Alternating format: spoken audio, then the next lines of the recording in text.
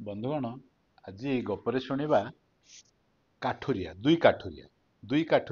ଦି ଜଣ ଜଣେ ମାଷ୍ଟର ଅଣ୍ଡରରେ କାମ କରନ୍ତି ଏବଂ ସେମାନେ 9 ଘଣ୍ଟା ପାଇଁ କାମ କରନ୍ତି ଉଭୟ। କିନ୍ତୁ ପ୍ରଥମ କାଠୁରିଆଟି ଦିନ ସାରା ଗଛ କାଟେ, କିନ୍ତୁ ସେ ମାତ୍ର 6ଟି ଗଛ କାଟେ ଏବଂ ସେ କିଛି ପଇସା ପାଏ। ଏବଂ ଦ୍ୱିତୀୟ କାଠୁରିଟି ସେଇଭଳି ଭାବରେ ସେ 9 ଘଣ୍ଟା କାମ କରେ, କିନ୍ତୁ ଗୋଟିଏ ଗଛ କାଟିଲା ପରେ ସେ ଟିକେ ବିଶ୍ରାମ ନିଏ ଏବଂ ସେ ଗଛ କାଟେ, କିନ୍ତୁ ସେ 12ଟି ଗଛ କାଟେ ଦିନ ସାରା। ଏମିତି ହେଇକରି ପ୍ରତ୍ୟେକ ଦିନ ସେ ବେଶୀ ଟଙ୍କା ପାଏ।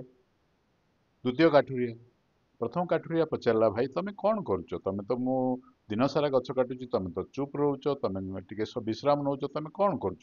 ତମେ କେମିତି ବେଶୀ ପଇସା ପାଉଛ, ବେଶୀ ଗଛ କାଟୁଛ? ସେ କହିଲେ, ଦ୍ୱିତୀୟ କାଠୁରିଆ କହିଲେ, ଭାଇ ମୁଁ ମୋର ରହିବା ବେଳେ ବିଶ୍ରାମ ନେବା ବେଳେ ମୋ କୁରାଢ଼ୀଟାକୁ ଟିକେ ଦାଢ଼ କରୁଛି, ମାନେ ସାର୍ପେନ୍ କରୁଛି, ଏବଂ ତାପରେ ଗଛ ଆରାମରେ କାଟି ହେଉଛି। ତେଣୁକରି ମନୁଷ୍ୟ ବେଶୀ ପଇସା ପାଉଛି, ମୁଁ ଡବଲ ପଇସା ପାଉଛି। ତୁମେ 54 ଟଙ୍କା ପାଇଲେ ମୁଁ 108 ଟଙ୍କା ପାଉଛି। ତେଣୁକରି ମନୁଷ୍ୟ ଜୀବନରେ ଆମେ ଯଦି କେବଳ କାମ କରିଚାଲିବା ଦିନ ସାରା, ତାହା ହବନି। ଶରୀରକୁ ଟିକେ ଆରାମ ବି ଦରକାର, ଟିକେ ରେଷ୍ଟ ଦରକାର।